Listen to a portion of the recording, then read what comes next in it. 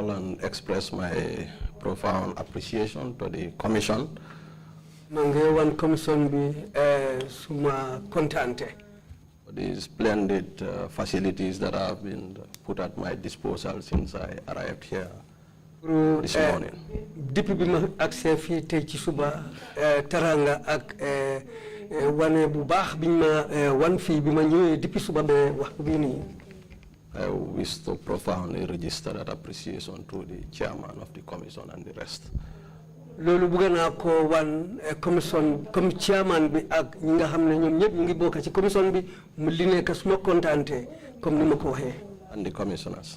Ak commissioner yi fi nekk yëpp. Thank you. Jërëjëf.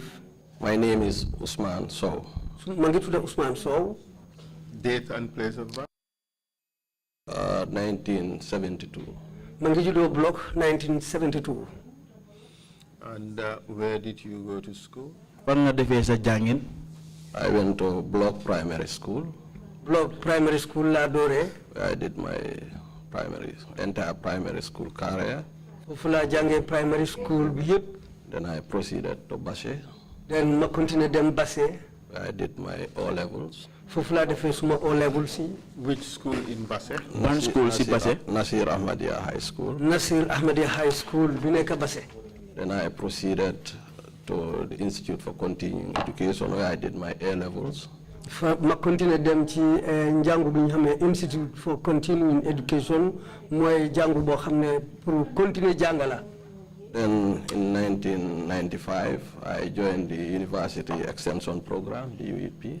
1995 ci laa dugg ci university seen bunta bu yaatu bi pour yokk xam-xam. 1999, I graduated. 1999 ci laa jeexal njàngam mi foofu. And in 2000, I proceeded to the Department of Peace Studies, Bradford University. 2000 ma continué dem yokka xam-xam ci Bradford University.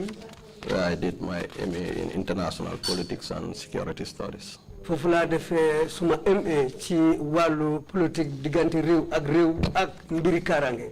With a research interest in Africa's conflicts. Pare ma def gëstu ci mbiri nit ñi ñuul ñi seen réew pour mbir boo xam ne moo saytu ci wàlla fitna yi. Using mediation.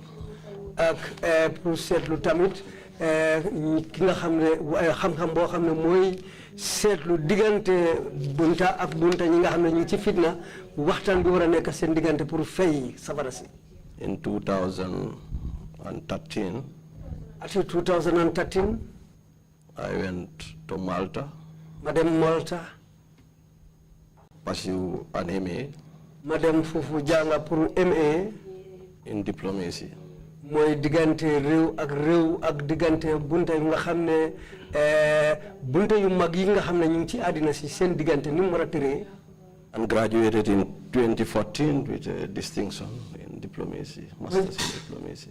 Ma jeexal suma janga 2014 ak place bo xamne mo gëna kowé ci njangam xam-xam bi fofu. That's the academic qualifications. Moy suma wali xam-xam li ma janga. Thank you very much. Jërëjëf. Mr. Sow, and tell us about your work career. Wañu tam ci sa jaar-jaar sa warul liggéey. Well, I joined the service in 1995. Ma ngi door liggéey ci service bi 1995. Which service are you referring to? Ban liggéey? The agency, the NIA. Moy bunti NIA. And that was soon after the establishment of the NIA. Loolu moo nekkoon ci jamono bi nga xamante ñu ngi taxawal NIA bi es. Yes, more or less, we are the first batch. 94 into 95, yes. Ñun ñoo nekkoon ñun njëkk ñi nga xam ne ñun lañ jëloon liggéey dooree ko 94 ba 95. Well, went in as a recruit and was trained on the tradecraft. Bi ma dugg foofu fekk recruit la mooy ñi nga xam ne ñu ngi soog a door liggéey ci bi ma duggee nag ci la soog a door jàng liggéey bi ni mu war a demee. Mr. Sow, could you speak up? Okay. And yes. So after my training in 95, and must I humbly say, graduated the best recruit of the batch. That was 1995. ñi nga xam ne ñoo ànd ak man door liggéey bi biñ jeexalee suñu njàngam ñooñu ñi ma fa nekkaloon ñooñu yëpp maa leen jiite woon ci mbiri xam-xam ma nekk recrute boo xam ne daal maa ne féetee kanam ak ñi nga xam ne maa bokkoon ak ñoom. Following my graduation from the academy, I was posted to the analysis unit of the service in 1995, where I stayed on until 2003. bi ma jeexalee njàng mi nag ñëwuma bunta boo xam ne mooy analysis mooy bu dara ñëwee ñi nga xam ne ñoo dee toog seet loolu seetlu ko lan la wax ak lan la firi bunta boobu laa nekkoon ma continuer foofu ba 1993. If council will permit me, I will wish to state that during this period was also when I was going to university in the Gambia. fekkee ne council dina ma may waxtu bi ma wax nii ci waxtu boobu laa doon di dem tamit Gambia fii ci university bi ma ngay jànga foofu waxtu boobu. And it was also during the same period that I went to do my first masters. That's 2001. ci benn waxtu boobu tamit laa def suma masters ba 2001. And in 2003, I was posted from the analysis to head the investigation unit of the NIA. 2003 ci lañ ma génnee bunta boo xam ne mooy analysis ñi nga xam ne ñoom ñoo dee seetlu xibaar yi ñëw bu ma bunta boo xam ne ñoom ñooy gestu lépp loo xam ne dafa ñëw 2003 lañ ma yóbbu si bunta boobu. And I stayed at the investigation unit from August 2003 to April 2004. ci bunti investigation boobu ñi seetlu fa laa nekkoon August 2003 ba ban weer balal ma. August ba April. August ba April ci bunta boobu laa nekkoon ci ati 2003. And from 2004 I was. 2004. I proceeded to Liberia as part of the United Nations mission in Liberia. ma continué dem Liberia 2004 ma bokk ñi nga xam ne ñoo fa demoon liggéey 2004 ci bunta boo xam ne mooy diggante réew ak réew. I stayed there from 2004 to 2006. ma nekk foofu doore ko 2004 ba 2006. Working in the joint mission analysis cell of the mission. ma nekk ci bunta boo xam ne dañ ko bokka ñi nga xam ne dañ jógee ay réew ñu boole ñu pour bunta boo xam ne ñoom ñooy seetlu lépp loo xam ne mu ngay ñëw ci mbiri xibaar ak yeneen yi nga xam ne ñu ngi ko isi foofu pour seetlu. Where I served as an analyst. foofu laa nekkoon bokk ñi nga xam ne ñoom ñooy seetlu lépp loo xam ne mu ngay ñëw. Looking at the impact of the regional conflicts, Sierra Leone and Ivory Coast, on the peace process in Liberia this time. di seet tamit loolu xare boobu lan la isil réew yoo xam ne ñooy Ivory Coast ak Sierra Leone bi xare bi nekkee di dox biir Liberia. Vis-à-vis child soldiers, small arms, DDR, etc. di seetlu tamit mbiri gaanaay yi ak xale yi nga xam ne ñu ngi leen a téye di leen yóbbu pour dugal leen mbiri soldat ak yeneen affaire yi demee noonu. And in 2006, I returned home, back to the service, back to the NIA. 2006 ci laa ñib si ma dellu si waat si bunti benn liggéeykaay bi ma dugga ci liggéey bi na mu waree. And I was appointed the Director of External Security and Cooperation of the NIA then. ci lañ ma jël def ma njiit koo xam ne mooy jiite bunta boo xam ne mooy saytu diggante Gambie ak yeneen réew yi ci mbiri liggéey bi pour seetlu loo xam ne rek dafa ñëw ci suñu bunti liggéeykaay. In which capacity I served for 3 years. def na ñetti at ci bunta boobu. That is May 2006 to September 2009. mooy diggante May 2006 ba September 2009. Following which I was redeployed. gannaaw loolu lañ ma yóbbu beneen place. To the office of the president. mooy ma dem ci office président bi. As a deputy permanent secretary. ma nekk ki nga xam ne moo toppa ci tànki permanent secretary bi nekk ci office président bi. And I was there from September to December. foofu laa nekkoon loore ko September ba December. 2009 2009. 2009. When I was subtly deployed to the police. ci lañ ma jëlee foofu yóbbu ma ci police ci diir bu gàtt laa fa def nag. 2 days, 3 days. mel ni ki ñaari fan ñetti fan. I was dismissed. ñu dàq ma. Arrested. ñu jàpp ma. Detained for 2 weeks at the NIA.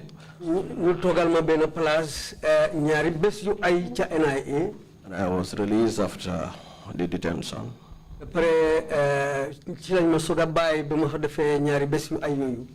Shortly afterwards, I picked a job. ci diir bu gàtt ba ma fa jógee ci loolu ma ñëw amaat liggéey. As a general manager of a private training institute. ma ñëw nekk njiit ci bunta boo xam ne maa jiite bunta bi pour jàngale liggéeykat yi nekk ci bunta bi. Called ICOBAD. It was International College for Business and Human Resources Development. ñu ngi ko ooyee ICOBAD mooy njàngu moo xam ne bu diggante réew ak réew la pour fi ñu mën a jàngee mbiri njula ak yeneen yu demee noonu ci yooni xam-xam boobu. I served there for a period of about 10 months. nekk naa fa ci diiri fukki weer. Then I moved into banking. si la bàyyi foofu ma dugg ci liggéey banque. At the First International Bank. ma ngi woon First International Bank. Where I initially served as a consultant on debt recovery. bi ma fa duggee li ma fa doon di liggéey mooy ki nga xam ne mooy liggéey ci mbiri xam-xam pour suñu lebalee nit ñi wala ñu xaalis bi jógee ci banque bi pour leble loolu naka la ñuy amatee xaalis boobu parce que yéenay def te su jafee pour amaat xaalis bi yan pexe la ñoo def pour amaat seen xaalis bi. And I was subsequently appointed the assistant manager for the same unit, the recovery unit. ci kanam si loolu laa nekk ba ñu ñëw jël ma topp ak ki nga xam ne mooy njiit li ci buntil benn liggéeykaay boobu ñi nga xam ne ñooy taxawal banque bi pour lépp lu génn naka la moo delluseewaat ci biir banque bi. Where I stayed on until August 2012. fa laa nekk ba August 2012. I moved on to the civil society, the NGOs, working for ActionAid. ci laa fa jógee ma dem ci mbootaay nga xam ne mooy mbootaay nit ñi xeet yi mooy ActionAid. I worked there as the governance manager, partnership and governance manager for ActionAid the Gambia. fa laa nekk koo xam ne ci bunta boo xam ne ñoom ñoo saytu mbiri liggéey bi ni mu demee ak bunti ActionAid ak yeneen bunti liggéeykaay ne seen bunti mbooloo mi fa laa nekkoon. Served there until from August 2013 to April, from August 2012 to April 2014. Wala neka doore ko August 2012 be April 2013. When I was recalled back to government. I remember then I was on an ActionAid mission in Uganda.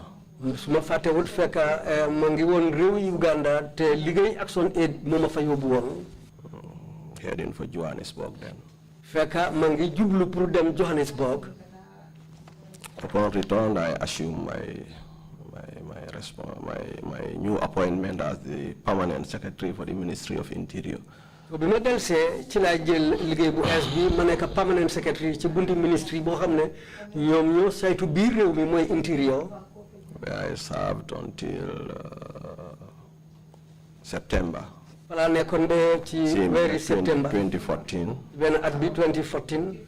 I took a study leave and proceeded to Malta to do my second master's in diplomacy. ci la jël livre pour ñu may ma mun a dem jàngi Malta ma def suma masters ñaareeli master bi. Return 2014 somewhere in June. ma del si 2014 ci weeri June. And stayed on, cool off for about 3 months. ma toog ba ñetti weer pour mbir yi xala seeda. And I was appointed permanent secretary at the Ministry of Foreign Affairs, permanent secretary too at the Ministry of Foreign Affairs. ci lañ ma jël def ma ñaareeli permanent secretary ci bunti ministry boo xam ne ñoo saytu diggante réewi Gambia ak yeneen réew yi. Where I stayed on for about 2.5 months. Fala nekk diiri ñaari weer ak genn wàlla. Then I was redeployed to the Ministry of Environment and Climate Change as permanent secretary. ci lañ ma yóbbuwaat ci beneen ministry boo xam ne ñoo saytu mbiri jaww ji ak wécceeku bii am mbir àddina boo xam ne mu ngi faaxee ko ci jaww ji. I stayed on from 2014 until 2017 when I was recalled by the new government to take up the appointment of Director General of the State Intelligence Service. Fala nekkoon ba dir 2014 ba biñ ma ooyee pour ma del si ñëw jëlaat njiit bunti liggéeykaay boo xam ne falaay nekk njiit ci bunti liggéeykaay bu ma nekk nii. Thank you, Mr. Lead Counsel. What date was that? mu ne ban bés la woon. February 13th, 2017. loolu mu ngi tombé February fukki fan ak ñetta ci 2017. It is therefore correct to say that from September 2009 mun nañoo wax ne weeri septembre lu ko dooree si weeri september 2009 to February 2017 then February 2017 you did not work at the NIA. yow nekkuloo woon di liggéey si bunti NIA bi. That's correct. loolu dëgg la. Mr. Lead Counsel. dëgg la Lead Counsel. But that said, you joined the institution at its inception in 1995 as first batch, and then you left the institution in 2009. That's correct. loolu dëgg la. And that would be about 15 years of service. loolu soo ko xaymaa dafa noonu nekk na fukki at ak juróom yaa ngi liggéey. It would appear 14 years, but it would be 15. That mel na was the ni year you joined. That's correct, Lead Counsel. loolu dëgg la Lead Counsel. And for an institution in which you worked for 15 years, you would definitely know that institution fairly well. yow si bunti liggéeykaay bi nga xamante ne liggéey nga fa lu mut fukki at ak juróom léegi mun nañoo wax ne yow buntu liggéeykaay boobu xam nga ko bu baax. Supposedly, yes. Yeah, wow. Naam, dëgg la. I underlined the word supposedly. In your case, let's now bring it to real terms. In your case, you knew that institution fairly well. mu ne léegi supposedly moo nekk ne mun naa nekk mu ne dina def foofu noonu line si wax bi nga wax noonu léegi mun nañoo wax ne comme yow béréb liggéeykaay boobu noonu xam nga ko bu baax. Okay, Counsel. Wow, okay, Counsel, dëgg la. In fact, you worked in several departments within that institution, correct? yow sax liggéey nga si bunti NIA boobu noonu si bunta yi bari nga liggéey foofu noonu. Correct. dëgg la. Well, You worked in the analysis department. wok nga si béréb bi nga xamante ne foofu lañ dee seet mbir yi naka la war a doxee. You worked in the investigations department. liggéey nga si bunta bi nga xamante ñoo dee saytu mbiri gestu mbiri. You also worked in external security. liggéey nga si bunti kaaraange bi nga moo wax bi nga xamante ne moo nekk di mun naa nekk diggante réew ak réew wala réewu Gambia ak yeneen réew. Lulu, external security, would that not mean dealing with threats to Gambia's security from abroad? comme léegi li nga wax ne external security ndax loolu mënuñ koo wax ne dafa nekk li nga xamante tiital yi nga xamante moo jublu si wàllum kaaraange Gambia bi. Threats would not be tiital in this context. I don't know how to say. comme su fekkee bugga nañoo songa wala bugga dugal si réewu Gambia si dara si wàllum kaaraange. Let's put it as jafe-jafe yi mun a jógee ci biti. Would you agree, Mr. Sow? Exactly. Da dinga nangu lolu. Yeah. All right. Thank you very much. So with these three important positions, you would agree that you have worked in most of the sections of the NIA. Legi ñetti place yi am solo yi ni mën nañu wax ne yow liggéey nga ci bunti NIA bu baax. Well, it looks so, but the NIA has more than just these three units. There are more than that. NIA am na yeneen bunta yoo xam ne ëpp na ñetti fànn yi nga wax ni am na yeneen bunta ay fànn yoo xam ne ñu ngi ci biir NIA bi foofu. We would want to, of course, discuss the basic structure of the NIA.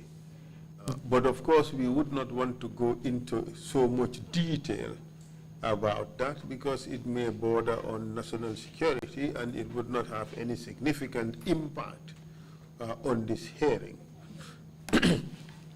But could you give us a brief, just a brief, within the realms of the permissible, give us a brief description of the structure of the institution, of the NIA. Thank you, Mr. Lead Counsel. The NIA is an office. Lead Counsel. NIA dal office la bo xamne under the office of the President. Ci ron office President bi la bunti liggéey kay bi nekk. Answerable to the President. Ñom President bi rek fofu la ñu mëna uyo. Headed by Director General. Nga xamne moy sen jitt la moy Director General. The Deputy Director General. Tamit amna kuko topa moy Deputy Director General. Below them you have directors. Ñooñu nak sen ron ci nga am ay director. Then you have the officers commanding. Den nga am ay yeneen liggéey kat yoo xam ne officer lañ ñi nga xam ne ñoom moo amee baat mooy officers commanding. Then you have the operatives. Den nga am ñeneen ñoo xam ne si ron commanda yooyu ñi nga xam ne ñooy doxal kaddu yi jógee ci kaw mooy operatives. So and it principally does intelligence collection on internal and external matters. So it has an internal wing and an external wing on matters of national intelligence. ñoom nag seen liggéey mooy pour dajale xibaar boo xam ne ay xibaar yu xóot lañ pour biir réew mi la fa xew ak bitim réew li nga xam ne dafa xew te mu jublu wala mu nekk mbiri réewi Gambia ñaari bunta yooyu yëpp am nañ foofu taxawaay. So our domestic deployments, our internal deployment across the country. Ba pare ñu am ay bunta yi nga xam ne ñoom ñooy liggéey biir réew mi ci fànn yi nga xam ne ñu ngi ci biir réew mi. Our external deployments keep an eye, as you noted, on the external security interests and national interests, which may not necessarily be threat, but yes, we look at our national interests from abroad. ñoom am nañ bunta yoo xam ne tamit am na bunta boo xam ne biir réew mi la ñoo seetlu lépp luy xew ci biir réew mi dañ ko seetlu bàyyi ko xel ak lépp loo xam ne dafa xew bitim réew tamit dañ ko dee bàyyi xel muy mbiri jafe-jafe ak lépp loo xam ne xibaar la daal lu jublu Gambia foog ñu seetlu lu tamit pour bitim réew. But also support our foreign policy pursuits abroad. ba pare ñu topp tamit di joxe ndimbal ci bunta boo xam ne mooy Gambia seen diggante ak bitim réew ay sarta yoo xam ne ñu ngi taxaw ci bunta yooyu. Thank you, Mr. Lead Counsel. jërëjëf Lead Counsel. Again, just within the realm of what is permissible, and Mr. Chair, I'm doing this because we're mindful of the fact that this is an intelligence institution. And of everything that it does is not necessarily a matter for public consumption. And we have rules which really limit how far we can go publicly in certain issues. So within the realms of what is permissible, what actually comprises the NIA? I looked at the Act and I see that it's got basically three institutions within it. There is the headquarters, which deals with communication, and there is foreign operations, and there is national security. That is what it has in the Act. Is that what obtains at the moment? More or less, but I think it could also be a little bit bigger than that, because the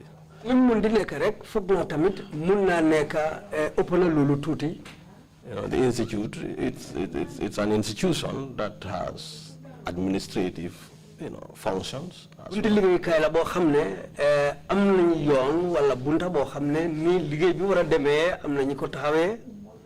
Apart from the day-to-day operations of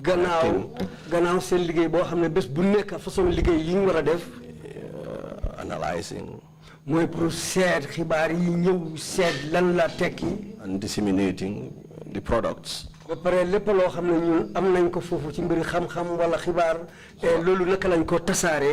As an institute, it has also administrative, technical, other functions that it carries out. To just keep it administratively functional. Amna ay fana yo xamne ñom ñoo saytu liggéey bi nim wara démé ñu taxawal lolu mu dëgër ak yeneen bunta yo xamne ñu ci biir ñoy sétlu yeneen bunti liggéey yo xamne liggéey kay bi war na ko def te amna ay taxawaay yo xamne fu ñu doxal lolu ci bunti liggéey kay bi ak ñi nga xamne ñom ñoo amé liggéey bi yépp nim wara démé. My question is more about how the institution is divided into divisions as contained in the governing legislation, which is Decree 45.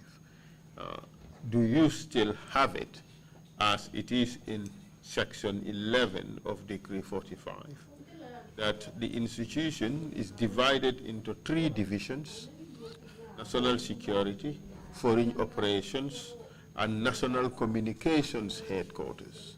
Do you have those 3 divisions, or this arrangement is somewhat different? Well, the arrangement is such that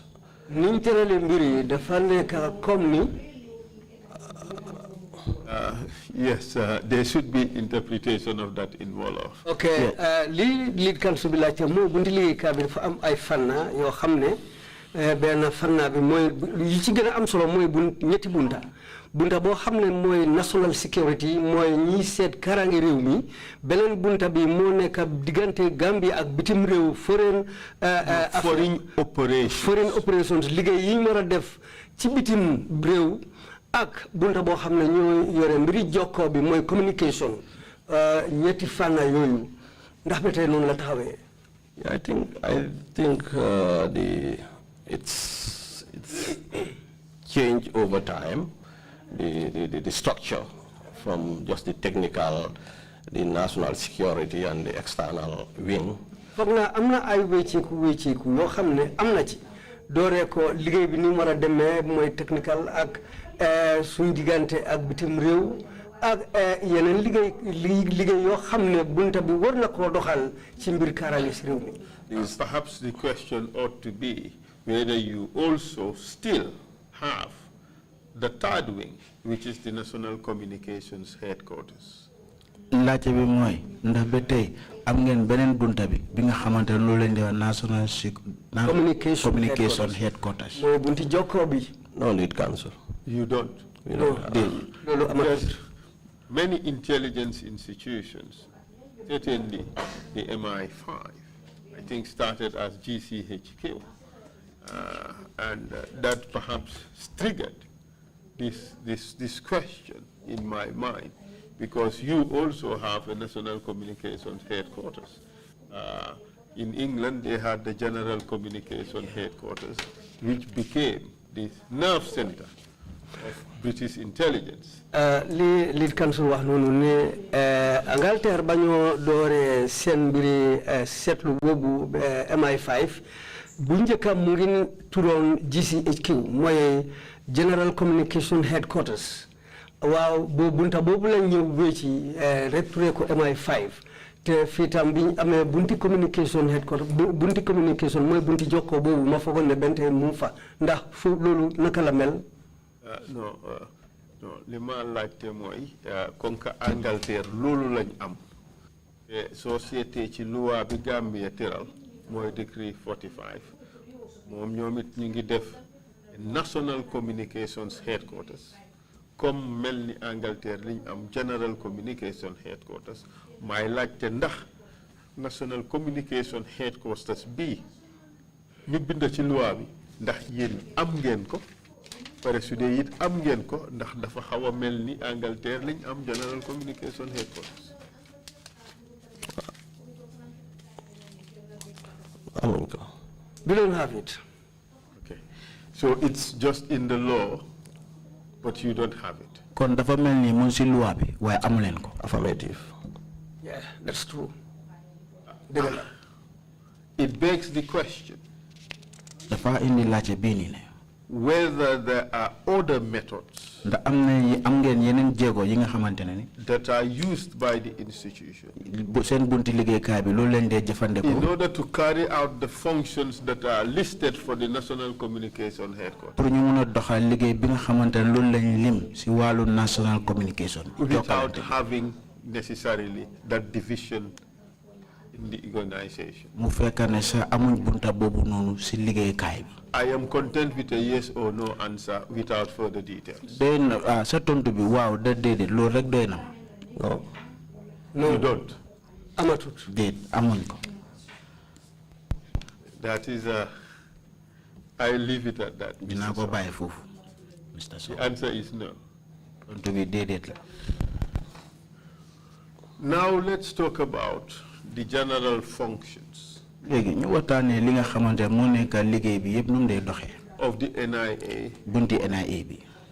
as it is captured in the statute comme nuñ ko waxee si bugi luwa bi. and as you understand it. ak yow ni nga ko fa xamee tamit. ni nga ko xamee. ni nga ko xamee. Fahami would be Mandinka. Mandinka. Yes. Thank you very much. Thank you. Okay. So, but let's start with how you understand waaye niñ dooree na nga ko xamee. of the institution. bunti liggéeykaay bi nu moo war a doxee. Thank you, Mr. Lead Counsel. The function of the intelligence service jërëjëf Lead Counsel liggéey boo xam ne mooy liggéey bunti liggéeykaay bi intelligence. a secret service for that matter, mooy bunta boo xam ne dañoo liggéey ci secret. is to collect, mooy pour dajale. analyze, seetlu tamit. disseminate ba pare ñu tasaare ko. information and intelligence xibaar ak li nga xam ne mooy xam-xam bu xóot. regarding matters that are of threat mbir yoo xam ne mun naa isi jafe-jafe. to national security interests of this country. pour isil ñu yaaxu ci mbiri kaaraange si réew mi. This is supposed to cover subversion, lii bokk na ci nag mooy ñi nga xam ne ñu ngi taxaw ci ay yoon yu bon. sabotage, ñi nga xam ne ñu ngi taxaw pour def yaaxa insurgencies, ak ñi nga xam ne ñu ngi pare pour si fitna si réew mi.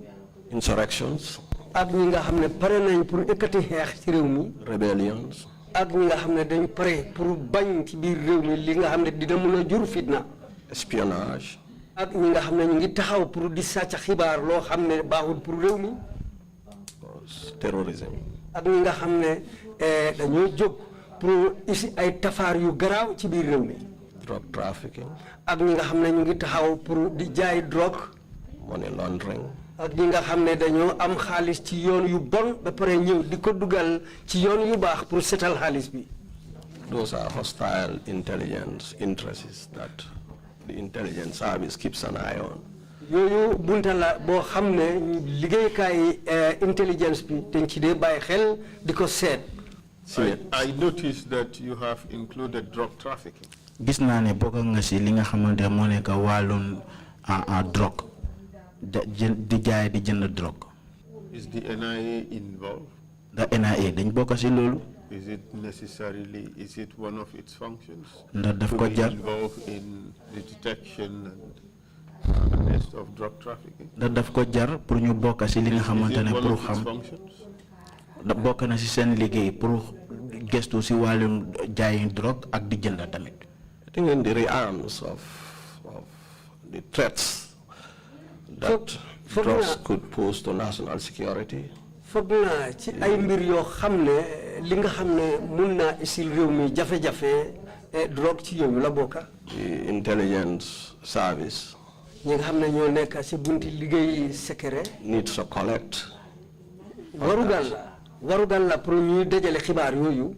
If you look at the effects in other countries around the world, without naming any specific country, either in the immediate region or in far countries from here, and seeing what the drug trade, hard drug trades, leads to in countries, the extent of subverting states, I think, from that standpoint, yes, hard drugs is an interest of the intelligence service. Both said law, yenen rew yi fekka duñ tudda ben rew jaayam drogue su demee ba jéggi dayo jafe-jafe yi moo isi si réew yooyu dañ ko war a bàyyi xel parce que gis nañ ci yeneen réew ay jafe-jafe yim isi réew yooyu kon nag suñ seetloo dafa war a nekk suñu warugal fii tamit ci bunti liggéey secret bi pour ñuy seetlu mbir yooyu parce que bëgguñ jafe-jafe yi xew ci yeneen réew yi ci mbiri jaayam drogue pour bu mu isi façon jafe-jafe yooyu pour si biir réew mi fii tam parce que mbir la boo xam ne façon problème yooyu la dee isil réew. It is understood that for the purposes of collection of intelligence and for the purposes of analysis and for the purposes of helping drive policy choices, the intelligence organization may be involved in looking at that. But it certainly, of course, not within this act, it does not have the power to be dealing with drug trafficking. Would you agree with that?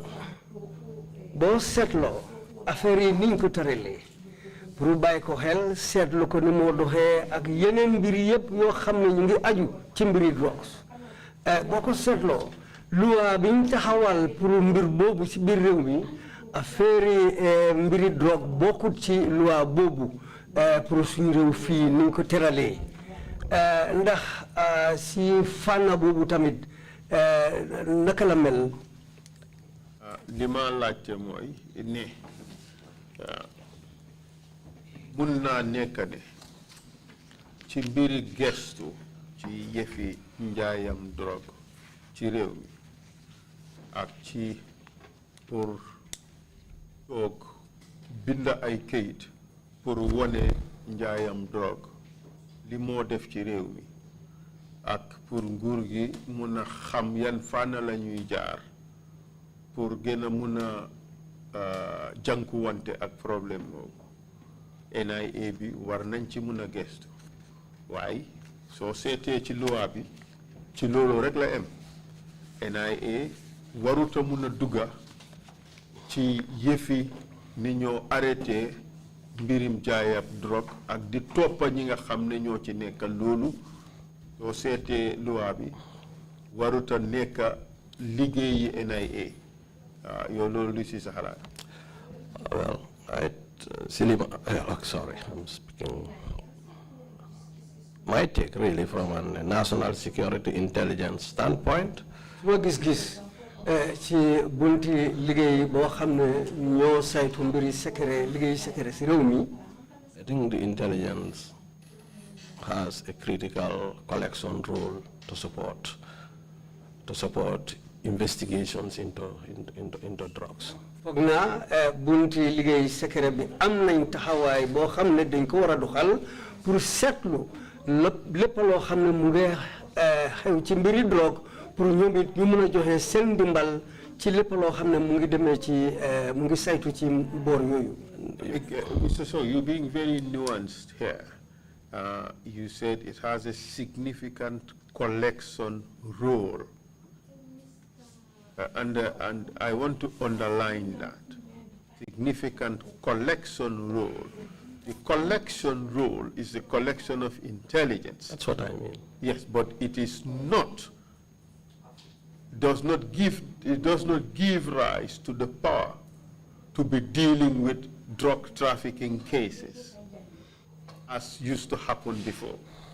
Limno dondi wax moy pour dajale ay xibaar ci mbiri drugs waaw comme ko ni ko waxe sen lolu sen taxaway la way nak doole bi agut place bo xamne moy pour ngeen dox ci dugal ci sen doole comme nim doon di xewé ci rew mi li gis muy doon di xew. Well, as I said, the intelligence, the NIA, could collect. Comme ni ko waxon ni ko waxe won NIA mën nañu dajale xibaar. Again, in the context of the national security architecture and with the existence of, for instance, a national drug law enforcement agency, you expect that to be the lead agency. Pour bunti liggéey kay bi am nañ taxawaay pour dajale xibaar par ak seetlu tamit ak yeneen nangutoo yi nga xam ne am na ci bunti réew ak réew mooy bunti bitim réew seen sarta yi ñu taxawal pour mbiri drogue loolu tam war na wane na ne suñu wargal la pour ñu mën a doxal liggéey loo xam ne dafa dem ci mbiri drogue ci fànn yooyu. I think what the witness tried to say is that witness bi di jéem a wax mooy waaw NIA ñoom seen warugal li ci ëppa mooy di gestu mbir yi di dajale xibaar yi waaye nag bunti liggéeykaay bi nga xam ne moo war a jiitu ci yëfi mbiri drogue mooy National Drug Law Enforcement Agency waaye boobu mooy nekk mbootaay o bunti liggéey boo xam ne moom mooy jiitu ci mbir yooyu. That's what you said, correct? Yes, that's what I said. Yes, thank you very much. Counsel, if you can clarify just a technical point, you were making reference to the act. I think it's the decree that you were yes. Referring to, and it's a 1995 decree. Yes, Mr.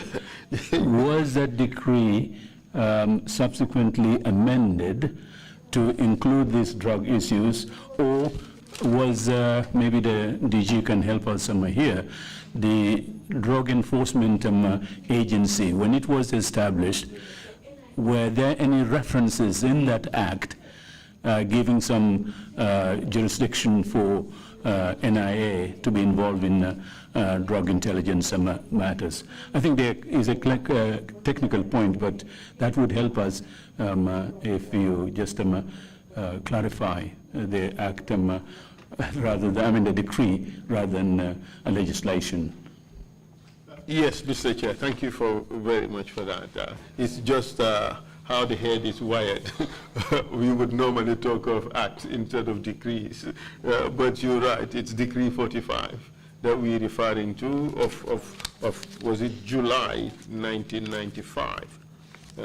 It's an AFPRC decree which has been saved by the Constitution of June 1995. So it's the existing law. But on the bigger question as to whether the institution would have also as part of its functions to deal with the issue of drug trafficking, perhaps I take that back to the DG to respond to. Yes, Mr. Lead Counsel, Mr. Fall would do. Mr. Lead Counsel, if you may refer to the E section, it said investigate and obtain relating to the prevention or detection of serious or economic crime. So I want to think that drug trafficking is indeed a serious crime. Bo setlo nanguto bi wala loi bi décret bi fana bobu ñu wax nonu mu ngi joxoñ bunta bo xamne moy pour mbiri drogue dafa bokk ci ay tafaar yoo xam ne tafaar yu mag lañ mooy serious crimes tafaar yu garaaw ci yooyu la bokk mooy affaire drogue bi nii. But again, it is limited to investigate and obtain information. Why better film moy mo nek na ngeen gestu ngeen jot ay xibaar ci gestu bobu noonu. on these serious and economic crimes. Economic crime. It does not give you the mandate beyond that to be involved in interdiction, arrest, detentions, prosecution. Well, you've never prosecuted, but we would not be surprised if they directed prosecutions. So you would agree that it was only limited to collection, that is the gathering of the necessary information. Supposedly. No, let's not dwell on the realm of hypothesis. Let's talk about the realities. This is the reality. The law limited the institution to collection of intelligence, the collection of information, correct? And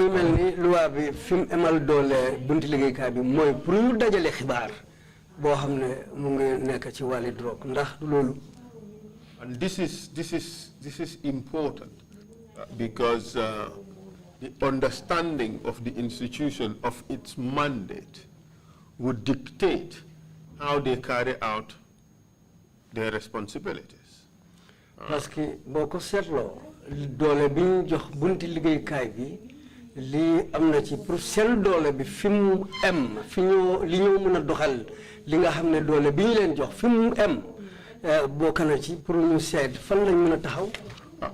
I notice we've grappled with this idea that the NIA was involved quite considerably on private matters between citizens. So gis nañ ne wala dégg nañ ne NIA bi bokkoon nañ sax si lu dem li nga xamantene ñun doomi réew yi ñu ni nen si jafe-jafe yi nga xamal loolu lañ jànkuwanteel suñu diggante NIA bi sa dugal na si loxo. Do you agree that that used to happen? Ndax yow di nga nangu ne loolu daf daan far di am. I don't know whether they still happen today. Xawma ndax ba tey ñu ngi xew ba tey bii. But it certainly used to happen. Waaye si daf daan far di xew si jamono boobu. Say somebody does not like the face of Esa Fall there, Esa would go to the NIA to get that thing fixed. Things like that used to happen. Mel ko xamne dal dafa bañ Esa Fall mu dem NIA dugalantek ñom pour ñu dem def Esa Fall dal wal ñu yaral ko def Esa Fall lo xamne dafa jaaduwul dal. I think you missed the point, but let me put it in Wolof. Comme ku toog rek fële rek Esa gis ne kooku neexu ko rek ñu wéccee ay wax yu xaw a naxari rek Esa yaakaar ne am na xam na ay nit NIA rek mu dem NIA jël nit ñooñu ñu ñëw dal ci kaw gale yu demee noonu daf fi daan xew dégg la am du dégg. Wow. Wolof. In English, sorry. That was widely reported. That was being done by members of the service. Lu xibaar bi feeñ na ci ay anam yu bari ñi nga xam ne ñu ngi nekkoon ci buntu liggéeykaay bi dañ doon di def loolu. You agree it used to happen? Nangu nga ne comme loolu daf daan far di am. If you also allow me to say, without being able to pinpoint any particular case to say it happened in this case, but the awareness and the reports of it, yes. Su fekkee ne di nga ma may yoon ma wax waaye fekka du ma tudda xew-xew boo xam ne xew-xew bu xewoon la waaye nag comme ni mu daan di amee mun naa cee wax pour seet wane ne daf daan di am. Let's agree for now that it was commonplace at NIA for that to happen. Loolu dafa si woon trop foofu noonu si NIA bi comme dafa daan xew.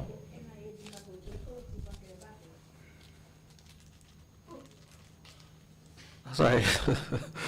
I know you want to be nuanced, and I know that you value or you hold dearly to particular values of the institution, secrecy.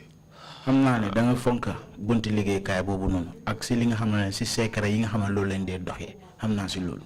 But this is a common fact. Waaye lii dafa nekk li nga xamante ne ñëpp xam nañ ko. You agree that it was a common occurrence? And I would save you the discomfort. I would not ask you to give me examples.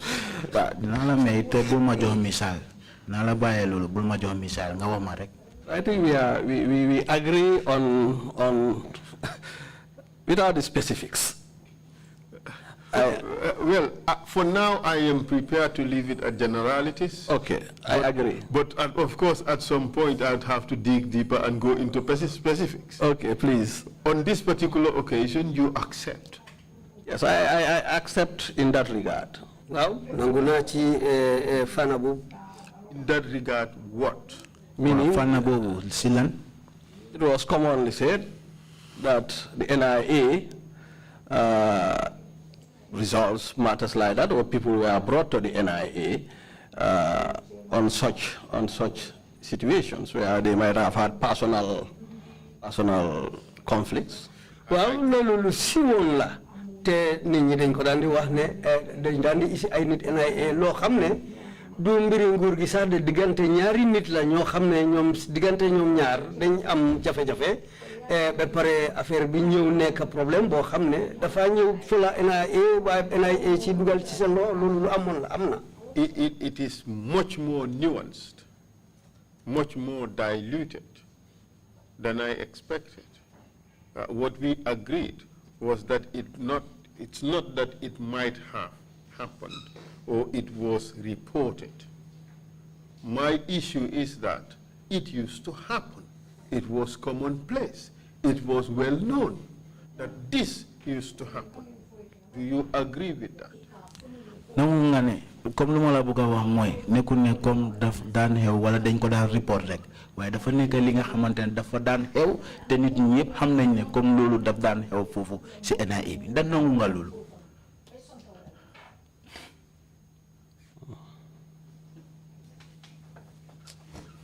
Mr. Lead Counsel, if you will permit, we agree on the generalities and as you suggested. Mr. Sow, you cannot fix the institution. Mr. Sow, yo do mëna défar bré bobu nonu rek non. If you run away from the reasons of your effort to fix that institution. Let's call a spade a spade. We know there are shovels. In Wolof we call them all pale. But there are differences. And we are prepared to dissect everything to get to the truth about everything so that we can all move forward. But if we do not wish to call a spade, then there will be difficulty. Let's call a spade a spade. You agree? I agree, we call a spade a spade. The NIA was being used as an institution for private hire for it to do the bidding of people who have friends, relatives within the institution or can use their money power to get members of the institution to act on their behalf. You agree that used to happen? NIA ñun ñi nga xamné ñoo nekk doomi réew mi fi ak ñi nga xamantene ñu fa liggéey dañoo mëna jël légui suñ bokkay suñ xariti wala ñu duggal xaaliss ci ñom pour ñu defal ñu li nga xamantene ñun loolu lañ bëgga suñ digënté ak suñ yeneen morom yi. Thank you, Mr. Lead Counsel, on that. I think jërëjëf Lead Counsel ci fana bobu. It takes us back, probably if you will permit me again, and this does not mean to push back. Because this is probably what is also informing our current ongoing reforms. I'm sure we'll come to that later.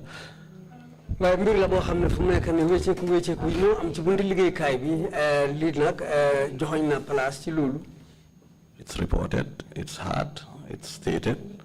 xibaar bi feeñ na wax nañ ko te génn na. Certainly, this is not the business of an intelligence service. Dëgg loolu du liggéey bunti intelligence service. We all know that. ñun yëpp xam nañ loolu. The question is, laajte bi mooy. was it happening at the NIA? ndax loolu mu ngi daan xew foofu si NIA. Come, as I said, I cannot say it wasn't happening. Comme ni ma ko waxee du mën a wax ne amutoon de. But you seem to be avoiding saying that it was happening. If saying it, lead counsel, if you will permit, if saying it without saying I've seen it happen suffice, yes, then it was happening. But did I? Si fekkee ne pour wax rek ne daf daan di xew fekk amul luñ joxoñ waaw mun naa wax ne ci pour lifin taxawal dëgëral wax bi rek ne waaw mun naa mu doon di am. I don't think it will be just being said and said. It will be just mere concoctions of allegations repeatedly over a time. If it wasn't happening, that would not have been said. na nekkul ne dañoo defaral ay wax nii rek pour wane ne li lay ak lii bu ngee xew waaye nag dëgg la mu comme ni ma ko waxee nekk yoon la boo xam ne mu ngi doon di xew. Well, maybe you wearing your analyst hat at the moment. So you're dissecting every word that you use and being extremely careful and being very calculating about everything. dafa noonu yow yaa ngi seet di seega kàddu yi nga xamante ne loolu nga fi war a wax moo nekk mbaxana bi nga xamante ne moom nga sol balaa ngaa tontu da ngaa seegaat sa wax bi nga xamante ne loolu ngay joxe sa tontu. Especially in instances where su nekkee sa kàttuma su nekkee si boor yi nga xamante moo nekk ne. You think you would be asked to state a particular instance or give examples of particular wrongful conduct. Comme ñu wax la ne comme nga joxe si misaal si waxtu bi nga xamante ne def nañ dara li nga xamante ne waruta am te jaaru si yoon. So you want to stray completely away from that. yow da nga bëgg a daw boor boobu noonu. So you want to just dwell on generalities and avoid particularities. yow da nga bëgg a wax rek li nga xamante ne ñëpp loolu lañ daan def nga bàyyi li nga xamante ne benn yi yuñ daan def. You just want to talk about generalities. Li ñoo wax rek lii mooy coow lii dégg nañ ko am nañu ko wax waaye bëgguloo xam exactement kañ fan la xew kañ la xew ak kana ci bokka yooyu yëpp daal parewuloo cee duga.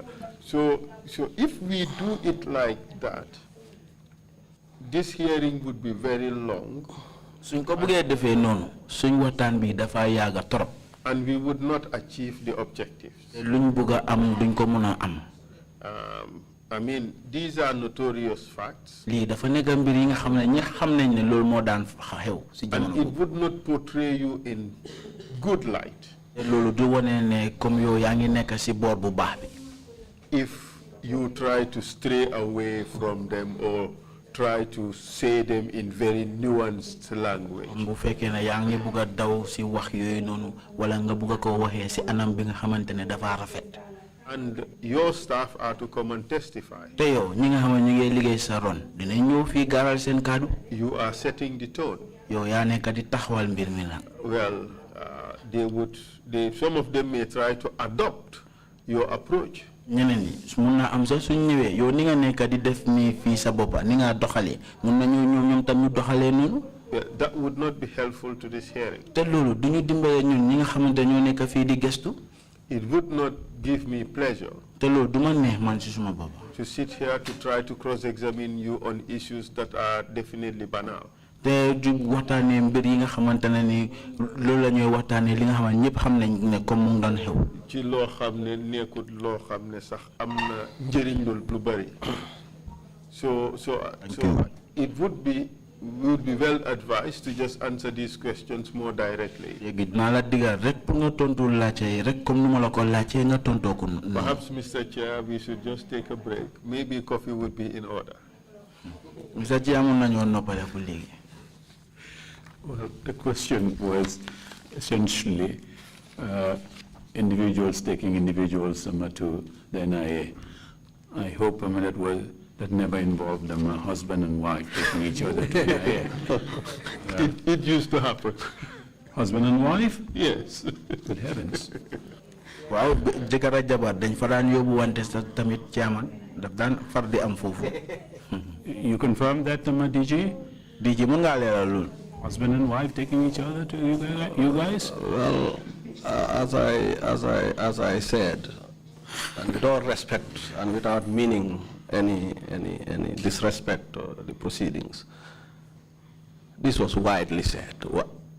As a DG or in any of my capacities serving in the service, Yeah. I have not witnessed it. But It was said. Maybe lead counsel may know more than me. I mean, and I don't want to think I know more than lead counsel. He may be privileged to more information than I do by virtue of the function of this commission at the moment. The secrets of this in this country are on the desk of the Why is that widespread perception? I don't think council is ridiculing NIA, the institution. It's just trying to ascertain the fact that whether or not brought each other to NIA. Council kay dafa bëgg a leeral rek pour xam ndax nit ñi dañ daan indi wante foofu noonu ci NIA bi. You see, to help him, Mr. Chair, there are certain things in the NIA law that are not really helpful. The decree. The decree. Yeah. Yes. And it has brought into the purview the responsibility of the NIA matters that affect the well-being of people who live in this country. I don't know whether the NIA is aware of that, but that is in the law. And it can be used as a basis for doing some of the other shenanigans the NIA was involved in. But that's what it says. If you look at point C, it says, for instance, to impound and where necessary, seize any file, document, gadget, equipment, instrument, tool, machinery, vehicle, or other materials used or intended to be used for activities that are detrimental to the state, to the security of the state, or the welfare or economic well-being of persons living in the country. And the next one is, sorry, let me just read another one. The point A, that is to arrest and detain within the territory of the country any person suspected of having an intention to undertake activities inimical to the security of the state or to the welfare or economic well-being of persons living in this state. So there is that element of the interest of a particular individual which the NIA can deal with. So perhaps I raise this issue for you to consider, as perhaps, and for the Commission to consider, as to whether in fact the NIA should be looking or should have the power to deal with such things that affects just me as a person, my economic interest or my well-being. Perhaps maybe that should more traditionally go to the police instead of to the NIA. But it's in the law. So and that is the reasons I asked this question. First, to establish that it was being done widely. And secondly, to look at what is in the law and how that is not normal to have in a democratic society. But I think perhaps maybe we could take a break. Yeah, we'll soon get there. You have any response to that? I agree with his summation of the matter, and really moving on, I think we'll get there. And this is why also, since we assume office, anything that would bring or attract such unprofessional conducts or activities of the service have been not only cut on, have been cut off to just focus the service on core intelligence. And if you ask me if these matters were to come to me today, I would not treat them. I would collect the information. If the information comes, and I'll pass it to the relevant institution. If it is a police matter or the drug law enforcement or others, and that's how we've been doing business since 2017. Because I think they were excess baggage, if you like it that way, for the work of an intelligence service. And let me bring you back. We're going to go for a 30-minute break now, but bring you back to the point about the absence of any reference in the decree to investigating drug trafficking. Is it possible if, for you to check and see if the drug enforcement agency, when it was established, if the act gave you any competence, gave NIA any competence in drug investigations or drug trafficking investigations, that perhaps would be supplementary to the decree that the council referred to. Maybe if you can help us with that one, if there was any reference in the drug enforcement agency law when it was established, that would help us understand the expansion of your competence into drug trafficking. We will take a 30-minute break and come back at 12:30. Meeting is adjourned. Thank you.